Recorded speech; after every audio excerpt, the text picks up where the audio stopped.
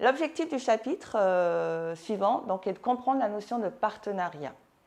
On a vu dans les chapitres précédents la notion de réseau. Donc partenariat et réseau, quels sont leurs points communs finalement, sur quoi ils reposent? Les deux reposent sur une dynamique d'acteurs qui vont entretenir des relations privilégiées. Et ça va former un système plus ou moins complexe ou plus ou moins organisé. Donc, pour répondre à la double contrainte de l'environnement, le travail en réseau et le partenariat se conjuguent dans la complémentarité.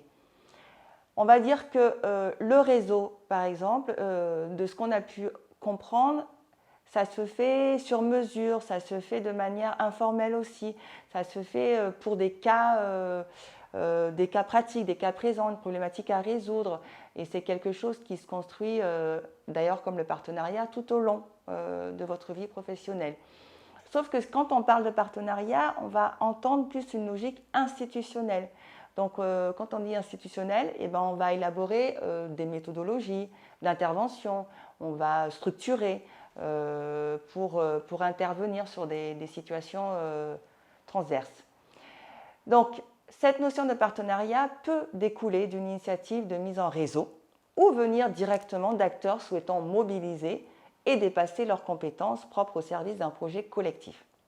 Donc, dans le partenariat, chaque acteur a quelque chose à apporter au projet, donc il est constitué par rapport à une problématique qui est déterminée.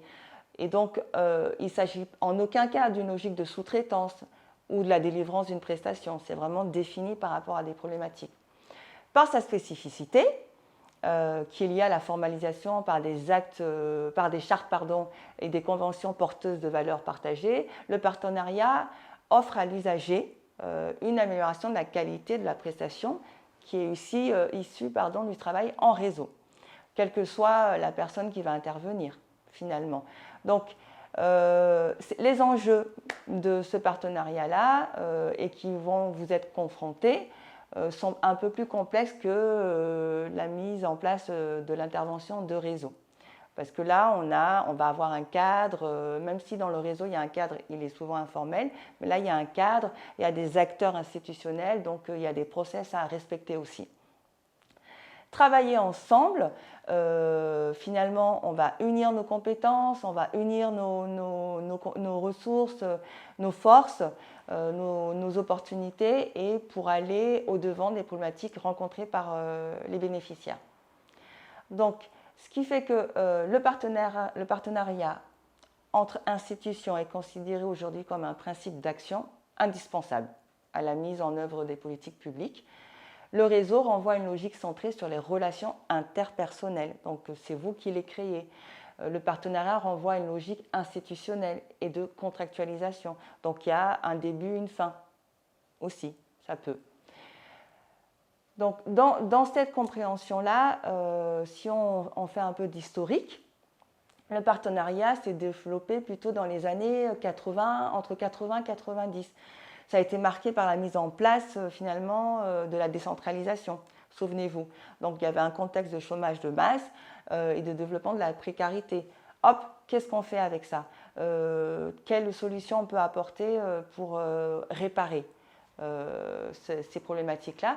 Donc c'est des réponses aux problèmes sociaux que des acteurs institutionnels se posent. Donc ça peut partir de très haut, l'État par exemple, et ça va décliner jusqu'au territoire.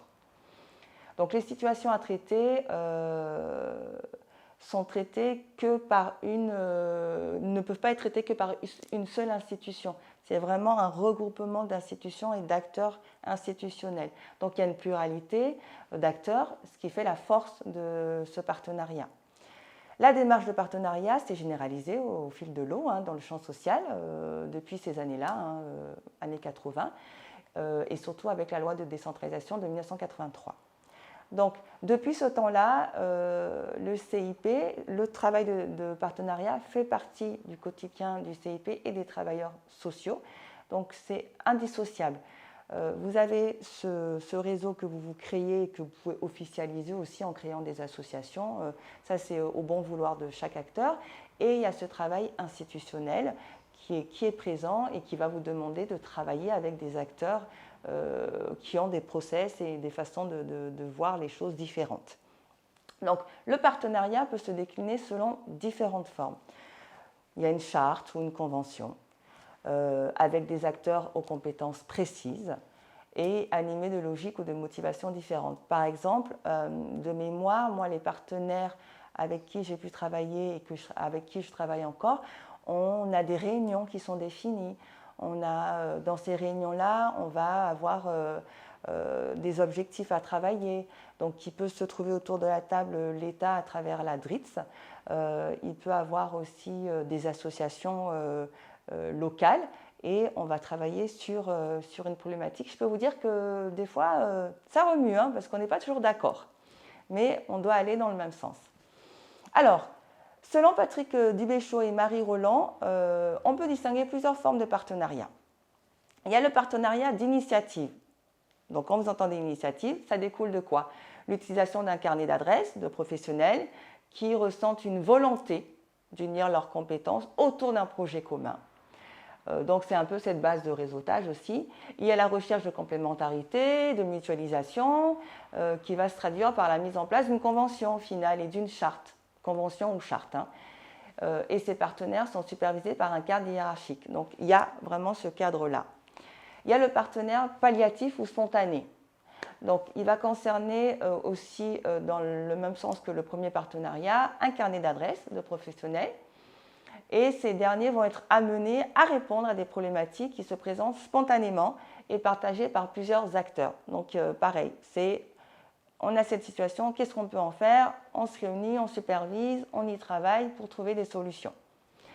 Il y a le partenariat imposé. Bon, le mot n'est pas sympa, mais voilà. Donc, imposé par les politiques publiques ou le cadre d'intervention. Donc, ce partenariat comprend des acteurs qui ont été définis au préalable par des instances extérieures. Qu'est-ce que ça peut être? Ça peut être, par exemple, effectivement autour de la protection de l'enfance ou la protection judiciaire de la jeunesse. Les SPIP, voilà. Donc, on ne peut pas y déroger. On doit travailler avec eux par rapport au public qu'on reçoit. Et il y a le partenariat incantatoire ou illusoire. Alors là, on touche à des mots scientifiques, mais cette assertion désigne en fait la tendance à nommer les partenariats qui n'en sont pas vraiment, parce que finalement, ils existent, ils ont leur importance, mais ils n'incarnent pas, ils ne sont pas forcément nommés, ils ne sont pas cadrés comme les précédents partenariats, si on veut comprendre ça. Quand ils transparaissent dans les discours, mais ne s'incarnent pas forcément dans aucune pratique concrète.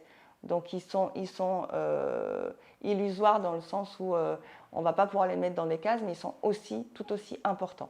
Un exemple de partenariat, quand on travaille avec les structures d'insertion par l'activité économique, on va avoir un partenariat avec la Fédération des entreprises d'insertion qui peut être obligatoire ou pas, mais souvent c'est plus sur le volontariat, mais on est fortement incité à s'inscrire dans cette dynamique-là, sous forme il y a une cotisation et ensuite il y a une réglementation, une convention.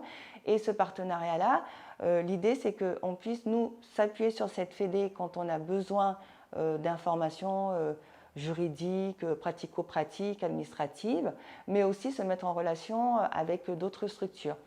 Il y a aussi le partenariat qu'on va avoir, par exemple, quand je vais accompagner un groupe de public féminin, par exemple sur sortir de l'isolement, sortir de la précarité, monter un projet de création d'entreprise.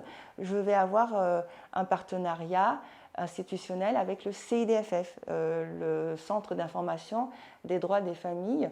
Et ce partenariat, en fait, va m'être utile et je suis obligée de passer par eux parce qu'ils vont être prescripteurs, finalement, de ces personnes que je vais accompagner. Donc, c'est un cadre institutionnel où il y a une convention tripartite souvent qui est signée et on a des choses à respecter par rapport à cet accompagnement-là. Donc, dans l'idée, il y a le partenariat institutionnel, moi, je le trouve hyper intéressant, même s'il peut être imposé, mais il nous donne aussi une force, finalement, pour avancer, même si des fois, il est hyper cadrant. Mais sortez de cette idée-là que ça peut vous bloquer. Au contraire, vous allez encore rencontrer d'autres personnes et étoffer votre réseau. Donc l'idée de ces partenariats-là, quand vous travaillez dans cette structure, c'est des choses qui vous tombent dessus, qui sont entre guillemets décidées en amont, mais derrière vous, ça va vous être utile. Prenez-le comme une force pour avancer dans votre accompagnement. Voilà l'idée.